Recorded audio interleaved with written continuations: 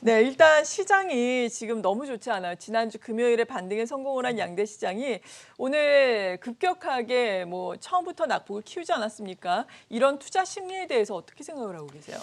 그 아무래도 뭐 지금 여러분 다 잘 아시피 뭐 양적 완화를 넘어서 이제 양적 긴축을 얘기하고 있지 않습니까? 그래서 네. QT라는 얘기가 계속 나오고 있고 금리 인상 얘기가 나오고 있고 또 이번 주에 아시다시피 일정들이 있습니다. 그러니까 내일 그러니까 현지 시간이죠. 내일 이제 파월 의장의 청문회 이제 인준 관련 이제 거기서는 또 어떤 얘기들이 나올 수 있을 것 같고 그 다음날 12일 날은 미국의 소비자 물가지수 발표, 그다음 13일에는 생산자 물가지수 발표. 그러니까 지금 시장을 억누르고 있는 금리 인상에 대한 경계감에 대한 어떤 또 파급에 대한 부분들이 염려할 수 있는 어떤 수치라든지 코멘트들이 나올 가능성이 여전히 있기 때문에 제가 볼 때 이번 주까지 그러니까 선물 옵션, 그러니까 옵션 만기 전까지는 시장은 조금은 좀 위축될 가능성은 좀 아직은 좀 여전하다라고 생각을 하고 있고 그래서 일단은 이제 그런 어떤 소나기 상황에서 성장주 위주의 어떤 베팅은 조금 더 분할로 그러니까 제가 볼 때는 그때 이제 매도 시기를 늦은 것 같습니다. 그렇기 때문에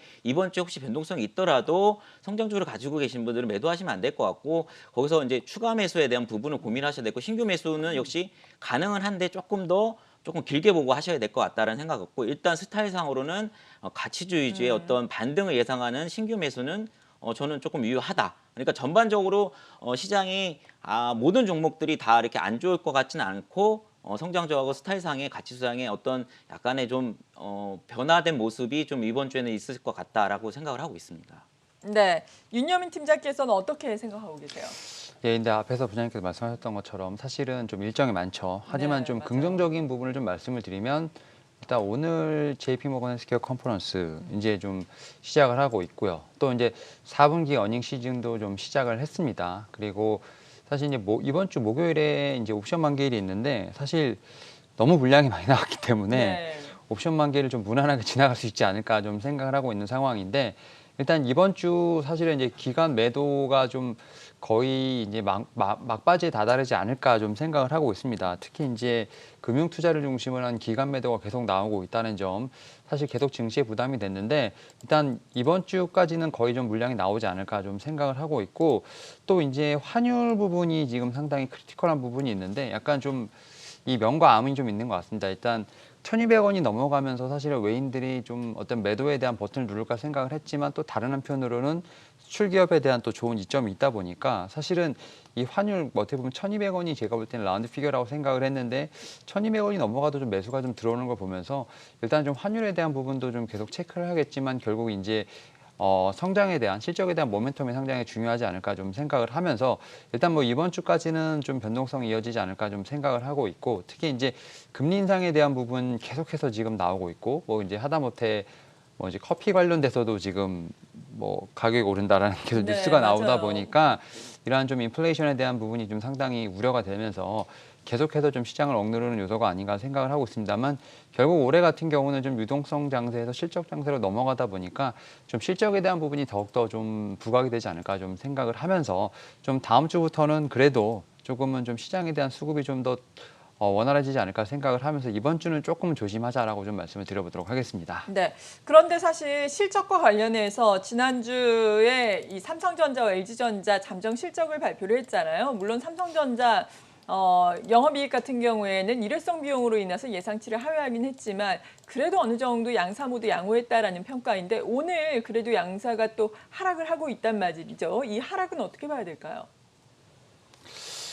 일단은 사실은 좀 실적에 대한 부분은 이제 어떻게 보면 좀 약간 선반영이 된 듯한 느낌은 있는 것 같고 이제 좀 더 그 이후에 뭔가를 좀 보여줘야 되는 어떤 그러한 좀 국면에 오지 않았나 생각을 하는데 좀 CES 2022에서 좀 그런 힌트를 좀 얻지 않았나 좀 생각을 하고 있고 특히 이제 삼성전자 같은 경우는 이제 좀 메모리 업황에 대한 부분들 사실 이런 부분들은 이제 이제는 좀 겨울이 끝났다라는 좀 생각이 들면서 좀 확실히 좀 그런 부분은 주가에 좀 반영이 된 것 같습니다. 이제 좀 보여줘야 될 부분이 좀 파운드리라든지 좀 휴대폰과 관련된 부분이 아닐까 좀 생각을 하면서 이러한 부분을 좀 계속해서 체크를 해봐야 되지 않을까 좀 생각을 하고 있는데 특히 뭐 휴대폰 관련돼서는 이제 폴더블 폰 관련된 부분들이 이제 올해 좀 네. 대세가 되지 않을까 좀 생각을 하고 있고 특히 이제 파운드리와 관련돼서는 지금 미국 공장에 좀 진행되는 상황이라든지 이런 부분을 좀 계속 지켜봐야 되지 않을까 좀 생각을 하면서 다만 이제 계속 이제 그 목표가가 올라가는 부분에서 봤을 때 제가 볼 때는 약간의 좀 흔들림 같은 경우는 오히려 좀 매수의 기회가 되지 않을까 좀 생각을 하면서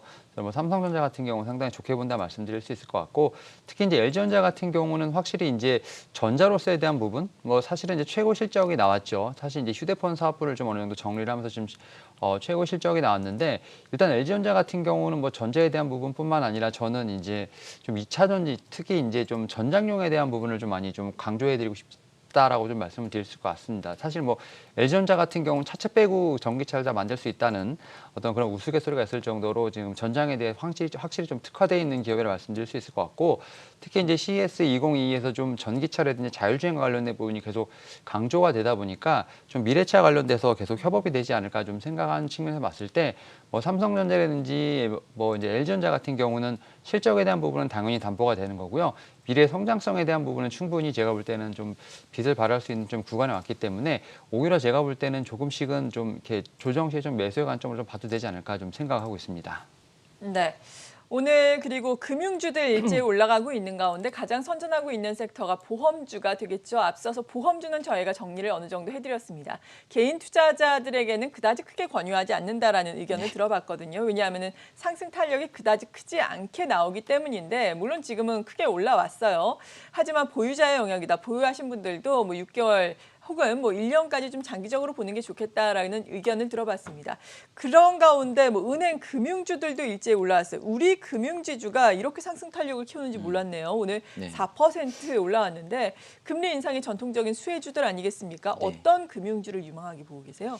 그 아까 뭐 원고에서 말씀드렸듯이 저는 원래 기본적으로 이제 네. 은행주를 볼 때는 이제 하나금융주를 항상 탑픽으로 보는데 최근에 이제 보고서나 이런 것들을 보면 의류금융주를 상당히 좀 좋게 얘기하시는 네. 분들이 많더라고 그래서 역시나 뭐 실적인 부분인 것 같고요. 실적이 이제 가장 이제 올해 이제 이번 주에 하반기부터 이제 실적 시즌이 미국에서도 이제 하는데 대부분 이제 금융주 먼저 할 겁니다. 그래서 그때 실적들이 아마 좋게 나올 것 같아요. 미국 그렇죠. 역시 그렇기 때문에 우리나라도 금융주들의 어떤 주가가 단기적으로 일단 괜찮을 것 같습니다. 그런데 뭐 아까 뭐 보험에 대해서도 말씀드렸겠지만 이쪽에 이제 저도 이제 개인적으로 사실 금융주나 뭐 보험주를 뭐 개인적으로 하진 않지만 매매를 뭐 많이 하는 편은 아니지만 이쪽에 대한 부분은 일단 뭐 배당이라든지 아니면 장기적인 관점으로 좀 보시는 게 나을 것 같고 그렇기 때문에 금주 내에 만약에 미국에서 좋은 실적이 발표되고 그거에 연관돼서 우리나라의 어떤 금융주들이 주가에 어떤 아웃퍼폼이 있다면 저는 일단 매도로 분할 매도로 한번 네. 하시는 게 하고 다시 잡는 어떤 그런 전략이 나을 것 같다라는 생각을 갖고 있고요. 기본적으로 우리 금융주 뭐 하나금융주 님이라고 하죠. 뭐 그런 부분에서 지금 마진폭도 괜찮아지고 하나금융주는 뭐 밑에 이제 계열사들의 어떤 이익 증가폭도 괜찮기 때문에 두 종목 보시면 좋을 것 같고 손해보험 뭐 말씀하셨다 하지만은 보험주에서는 제가 볼 때는 생명보험보다는 손해보험을 하시는 게 둘 중에 만약 선택을 하신다면 왜냐하면은 손해보험은 아니 이 생명보험은 이쪽은 아마 이 사업비라든지 여러 가지의 어떤 마진폭에서 이제 손해보험을 따라가기 좀 어려운 구조적으로 지금의 보험 산업 구조상 그렇기 때문에 손해보험 쪽에 하시는 게 낫지 않을까. 근데 물론 이제 손해보험 쪽에나 일반적인 보험회사가 이제 실손에 대한 부분 이런 게 마진에 대한 부분에서 조금 압박이 있는 건 사실이지만 기본적으로 또 올해 이제 실손보험에 대한 부분에 가격 인상 폭도 있기 때문에 그런 것들을 한번 보시면 손해보험 그 다음에 금융주에서는 은행주에서는 뭐 우리금융주라든지 하나금융주주라든지 이쪽을 한번 보시면 좋을 것 같습니다. 그래서 저 같으면 일단은 단기적으로 한번 그렇게 일단 대응을 하도록 하겠습니다. 손해보험 같은 경우에는 탑픽이 어떤 종목이에요?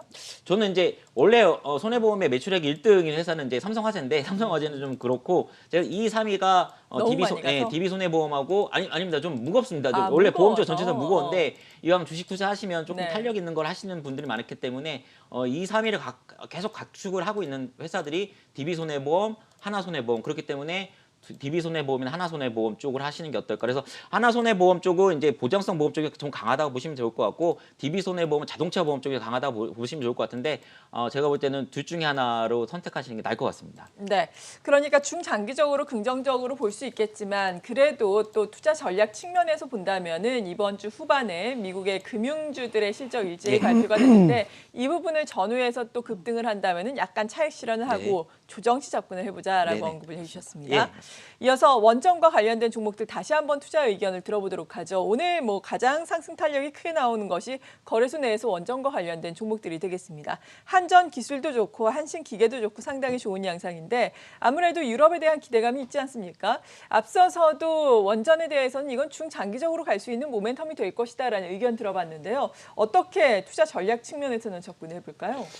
예, 사실 이제 친환경 정책하면 이제 아무래도 이제 뭐 전기차, 그다음에 풍력, 뭐 태양광 이런 쪽을 예상했는데 계속해서 이제 EU에서 탄소 배출권 관련돼서 계속 나오고 있는 거는 이제 원전에 대한 얘기가 더 많이 나오고 있다라 말씀드릴 수 있을 것 같습니다. 결국 친환경 관련된 좀 수혜주가 원전이 되지 않나라는 좀 예상을 하고 있는데 이제 뉴스가 나왔죠. 지금 500억 유로에 한 68조 정도가 2030년까지 지금 원전에 대해서 좀 투자가 좀 필요하지 않을까 좀 예상이 되고 있는데 사실 이런 관련 부분에 있어서 좀 뉴스플로우로 인해서 좀 원전 관련된 종목들 지금 상승이 나오고 있습니다.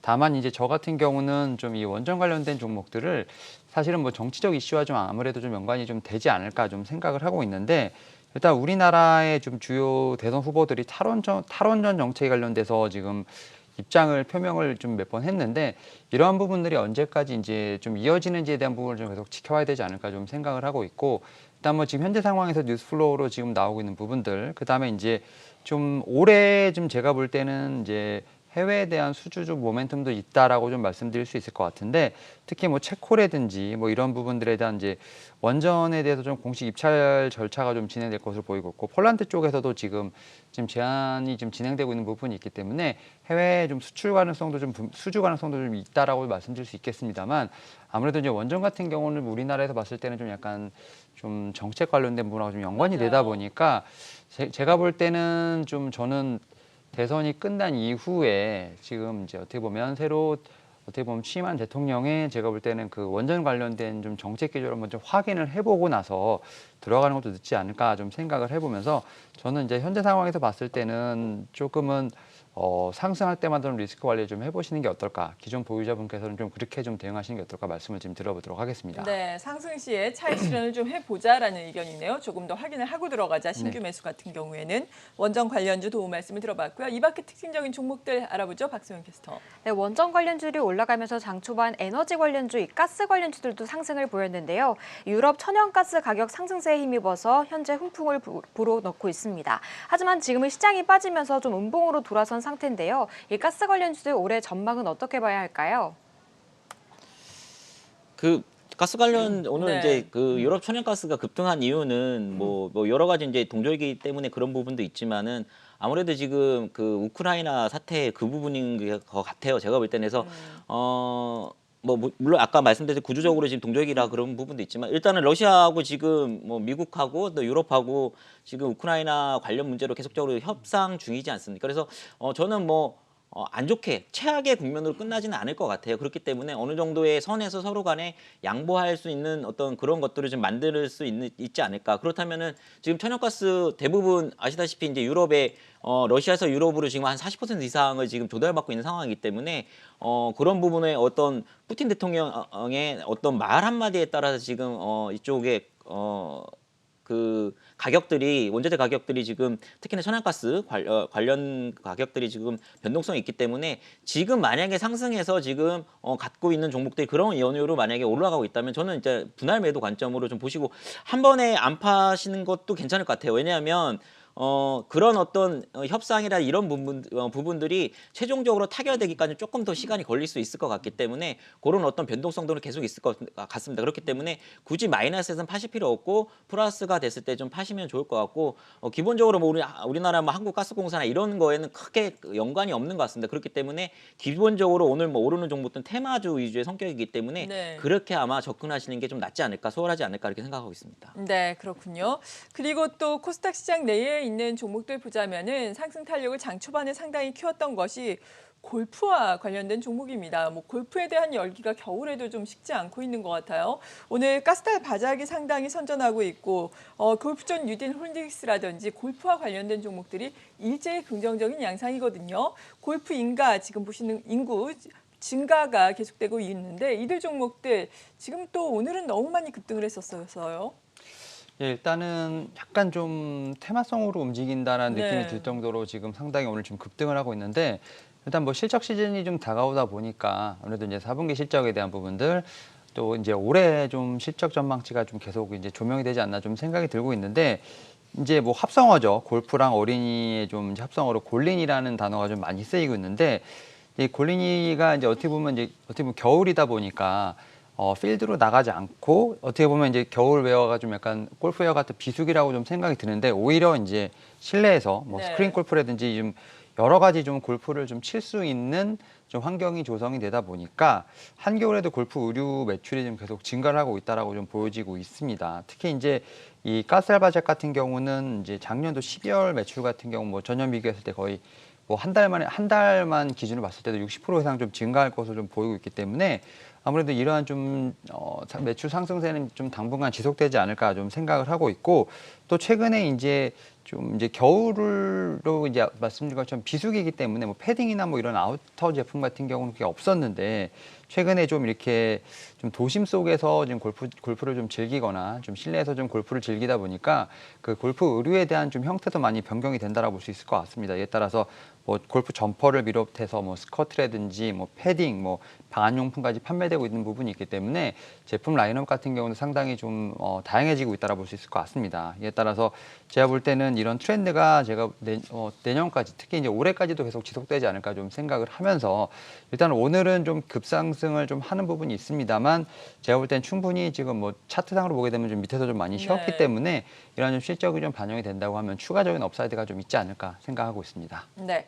그리고 의류와 관련된 종목들 가운데서 OEM과 관련된 종목들이 일제히 오름세를 나타내고 있습니다. 대표적으로 한세실업, 영어무역이 될 텐데 이러한 기업들은 동남아시아에 생산 기지를 많이 갖추고 있기 때문에 베트남에서 지금 코로나19로 인해서 지난해 같은 경우에는 뭐 셧다운도 되고 상당히 불안한 움직임이 나타나지 않았습니까? 하지만 이러한 움직임이 완화되고 있고 글로벌 병목 현상도 완화되면서 좀 긍정적일 것이다라는 전망 나오고 있습니다. 영어무역 같은 경우에는 전고점 수준까지 다다르고 있고 한세실업도 뭐 요즘에 저점 찍고 좀 올라가고 있는데 이들 기업들은 어떨까요?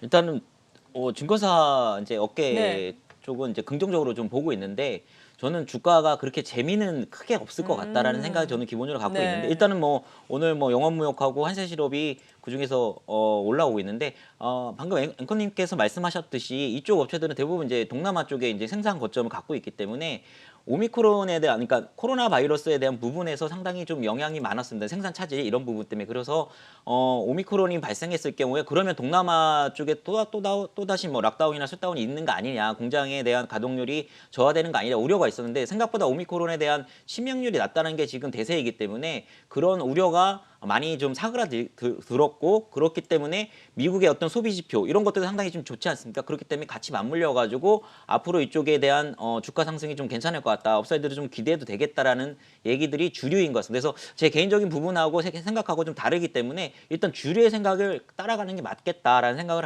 하는 게 맞지만 저는 이제 개인적으로 예를 들면 영업무역 전고점 근처지 않습니까? 네. 이 근처에서는 저는 절반 정도로 일단은 매도를 하고 여기서 만약에 이 전고점을 돌파하는 시점이 된다면 그때 만약 신규 매수를 하시더라도 하시고 나머지는 그때 한번 보유한 것들을 그 이후에 다시 한번 또 재매도하는 관점 이렇게 하시는 게 어떨까? 그래서 저는 일단 만약에 보유자라면 영업무역 같은 경우는 지금 정도에서는 일단은 절반을 매도하시는 게 낫지 않을까? 일단은 5일선 유지하고 있는 어떤 기술적인 부분도 한번 보시면서 대응을 해야겠지만 일단 전고점 부천 예를 들면 5만 원 미만에서는 5만 원 미만과 48,000원 사이에서 한번 매도하시는 게 일부는 매도하시고 한번 나머지는 한번 지켜보시는 관점. 그다음에 신규 매수자분들은 이걸 만약에 돌파하는지 아닌지를 일단 보셔야 될 것 같다. 그래서 업황이라든지 제 개인적인 생각과 믹스를 시키면서 한번 그렇게 대응을 하시는 게 어떨까? 이렇게 생각하고 있습니다. 네, 지금 쭉 하시는 말씀을 들어보니까 약간 좀 무거운 종목들은 어느 정도 차익 실현할 건 차익 실현하면서 현금화가 좀 필요하다 이렇게 보시는 것 같아요. 예, 지금 이렇습니다. 그러니까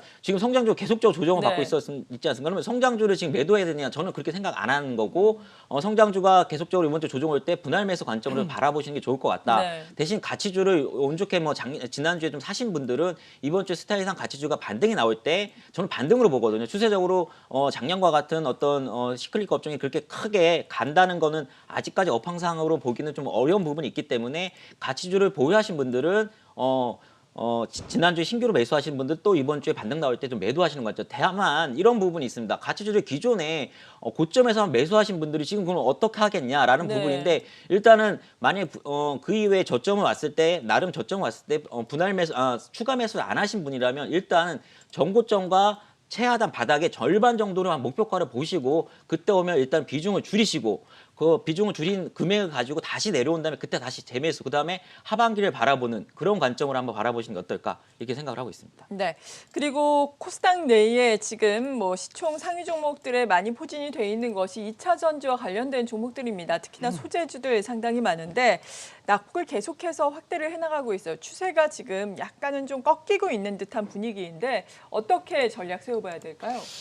예, 일단은 좀 사실은 지금 대부분의 네. 좀 종목들의 추세가 꺾이곤 있는데 특히 이제 대표적으로 2차전지 특히 말씀하셨던 소재가 아닐까 좀 생각이 드는데 일단은 뭐 가장 큰 이슈가 있죠. LG 에너지 솔루션 상장에 대한 부분들이 좀 이슈가 있는데 아무래도 이제 좀 이번 주부터 이제 기관을 대상으로 한 어떤 이제 공모 관련된 부분들이 좀 이슈가 좀 되다 보니까 결국 이제 기관들도 LG 에너지 솔루션을 좀 매수하기 위해서 지금 기존의 포트폴리오에서 좀 많이 올랐던 뭐 소재주라든지 이런 좀 2차전지 관련된 포션을 좀 많이 줄이고 있는 게 아닌가 좀 생각이 들고 있고 또 이러한 좀 수급 블랙홀에 대한 현상 때문에 일단 미리 좀 성장주에 대한 좀 많이 올랐던 종목들에 대한 조금은 차익 실현 내지는 좀 비중 축소가 좀 계속 진행되고 있지 않나 좀 생각이 들고 있는데 결국 이제 올해 같은 경우도 2차전지 특히 친환경된 관련된 종목들은 제가 볼 때는 상승에 대한 부분은 계속 염두를 해두지 않을까 싶은데 제가 뭐 작년 말부터 말씀을 드렸지만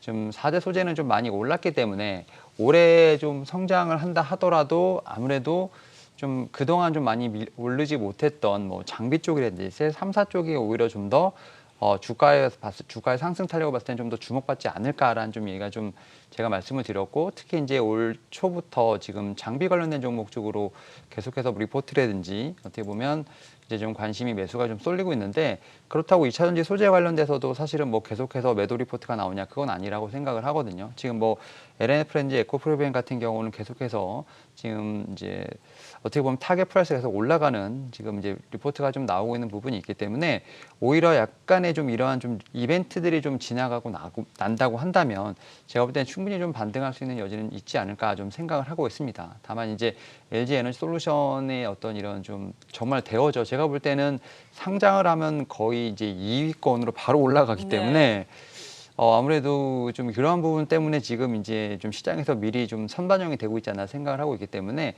오히려 저는 그 이제 상장 이후에 약간 좀 주가의 흐름을 좀 본다면 오히려 제가 볼 때는 지금의 오히려 선반영이 조금은 좀 나중에 좀 싸게 살 수 있는 좀 어떤 그러한 좀 기회가 마련되지 않을까 생각을 하면서 일단 뭐 보유하고 계신 분들 같은 경우는 좀 일단은 보유하시면 좋지 않을까 생각하고 있고 신규 매수 같은 경우는 이제 에너지 솔루션 상장한 이후에 좀 상황을 보시면서 좀 매수를 하시는 게 어떨까 말씀을 드려보도록 하겠습니다. 네, 보유하신 분들은 홀딩 LG 에너지 솔루션 27일에 상장을 하게 됩니다. 그 이후를 좀 노려보자라고 또 신규 매수 관점에서는 말씀해 주셨습니다. 이 밖에 특징주 알아보도록 하죠. 네, 또 추세가 흔들리는 테마 중 하나 바로 게임주가 될 텐데요. 오늘 게임주들이 전반적인 약세를 나타냄에도 불구하고 현재 코스닥 외국인 매수 상위 종목 중에 카카오 게임즈가 1위를 차지하고 있고 그 뒤를 이어서 위메이드와 네오위즈가 올라와 있습니다. 올해 들어 계속해서 흔들리고 있는데 오늘 외국인 수급 유입은 어떻게 보는 게 좋을까요?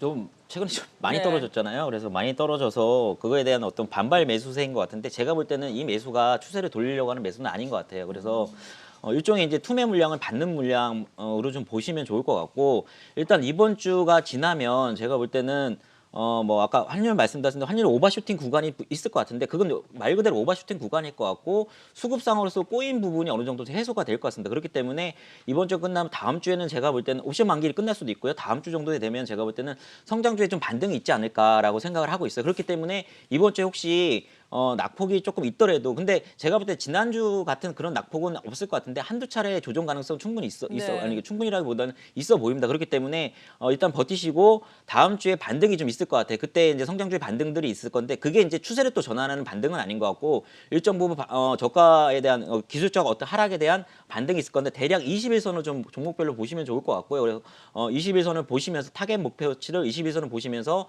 반등 시에 그때 좀 물량을 줄이거나 신규로 이번에 만약에 매수하시 생각하셨다면 그때 반등을 노리면서 성장주에 또 매도 타이밍을 가지시는 게 좋을 것 같고 1분기는 대부분 제가 볼 때는 1분기에는 좀 증시 그닥 그닥 그럭저럭 이런 표현이 좀 애매할 수 있겠죠. 그렇게 되고 2분기부터의 어떤 성장주의 어떤 큰 반등이 추세가 이루어지지 않을까라고 생각을 하고 있습니다. 이거는 또 하나는 우리나라 또 이제 선거라는 부분도 있고 신정부가 또 출범하는 즈음이지 않습니까? 그렇기 때문에 코스닥의 어떤 모멘텀도 발생할 가능성이 높기 때문에 1분기를 조금 버티시면 2분기부터 상당히 좋은 어떤 주가에 대한 부분을 기대할 수 있겠다라고 생각하기 때문에 그렇게 한번 바라보시고 일단 이번 주에 이런 게임주나 이렇게 약폭이 컸던 종목들 이번 주에 분할 매수 관점은 저는 유효하다 이렇게 생각하고 있습니다. 아, 그렇군요.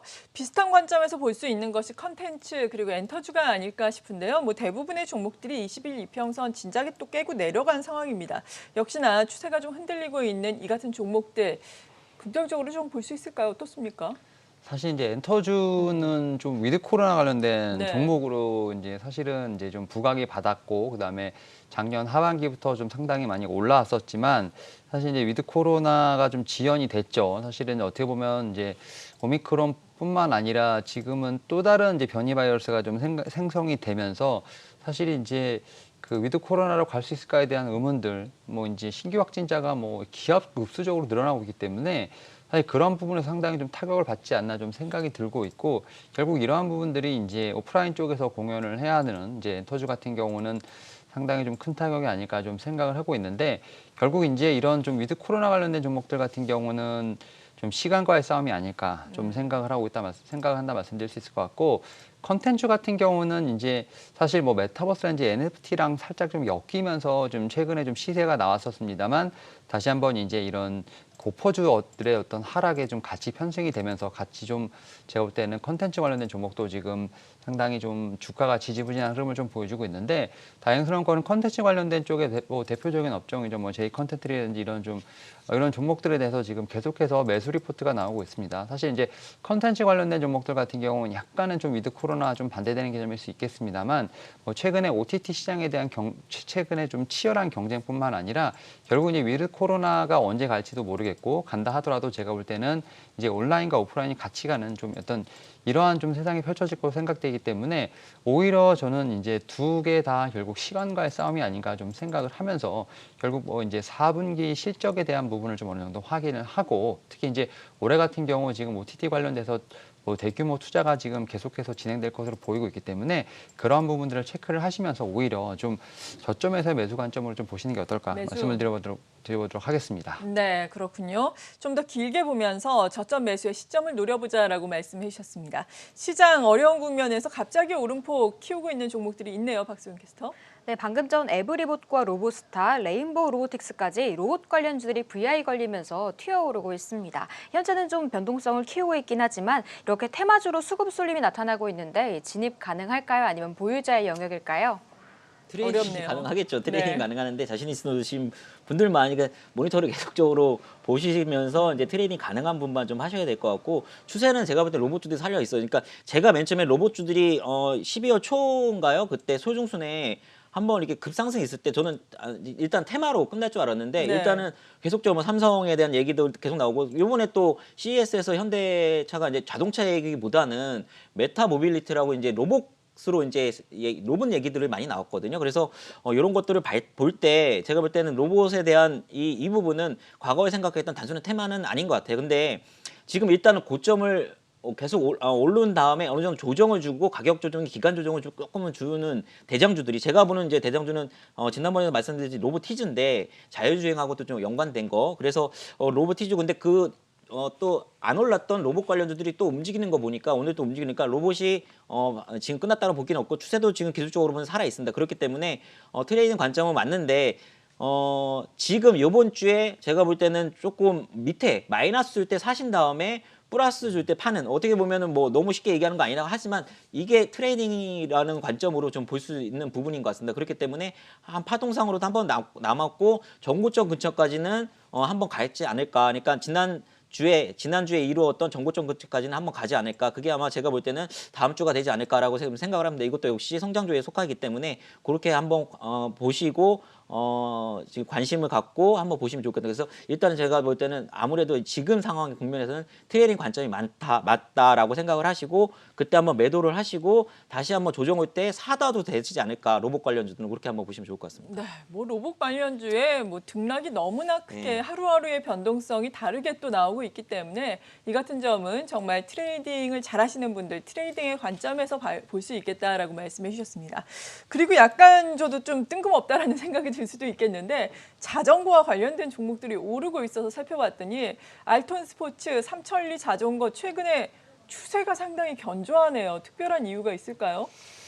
예, 일단은 뭐 정책 관련된 부분도 네. 있고요. 일단 이제 아무래도 이제 좀 이런 오미크론 관련된 부분들, 좀 사실 이제 코로나19 관련된 부분이 좀 지속이 되면서 좀 어떻게 보면 혼자 할 수 있는 스포츠 혹은 뭐 이제 야외에서 할 수 있는 스포츠 관련된 부분들이 좀 부각이 되지 않나 좀 생각이 들고 있는데, 다만 저는 일단은 이렇게 좀 추세적으로 좀 많이 좀 주가를 좀 돌리긴 했습니다만 여전히 제가 볼 때는 주가는 많이 눌려 있다는 점, 그리고 사실은 이제 어떻게 보면 매수세는 좀 크지 않다는 점에서 봤을 때 오히려 지금 제가 볼 때 추세적인 상승이라기보다는 제가 볼 때 이렇게 좀 특별하게 좀 시장을 이끌어가는 일반 업종이 없기 때문에 약간 좀 테마성으로 움직인 게 아닌가 좀 생각이 들고 있습니다. 다만 그럼에도 불구하고 지금 삼천리 자전거라든지 알톤 스포츠 같은 경우 지금 바닥에서 거의 한 10% 이상 좀 올라온 부분이 있기 때문에 오히려 제가 볼 때는 좀 기존에 좀 많이 좀 이렇게 좀 고생하셨던 분들 입장에서 봤을 때 좀 리스크 관리를 하시는 게 어떨까라고 좀 말씀을 드려보도록 하겠고, 일단 이렇게 좀 가볍게 움직이는 종목들 같은 경우는 제가 볼 때는 좀 매수세가 좀 많이 없다 보니까 이렇게 좀 거래량이 없을 때 좀 훅 떨어질 수 있는 부분이 있기 때문에 일단은 조금 한번 관심주로 놓고 봐주시는 게 어떨까 말씀드려 보도록 하겠고, 사실 최근에 이제 이런 대선이 좀 진행되고 있음에도 불구하고 대선 테마 혹은 정책 관련된 종목들이 사실은 그렇게 예전에 비해서 힘을 못 쓰고 있는 네. 부분이 있기 때문에 일단 그런 부분을 좀 염두를 해주시면 좋지 않을까라고 좀 말씀을 드려보도록 하겠습니다. 네, 그렇군요. 오전장 라스트 찬스는 여기까지고요. 계속해서 그래도 볼 수 있는 유망주 제시를 해드리죠. 박소영 캐스터 고맙습니다.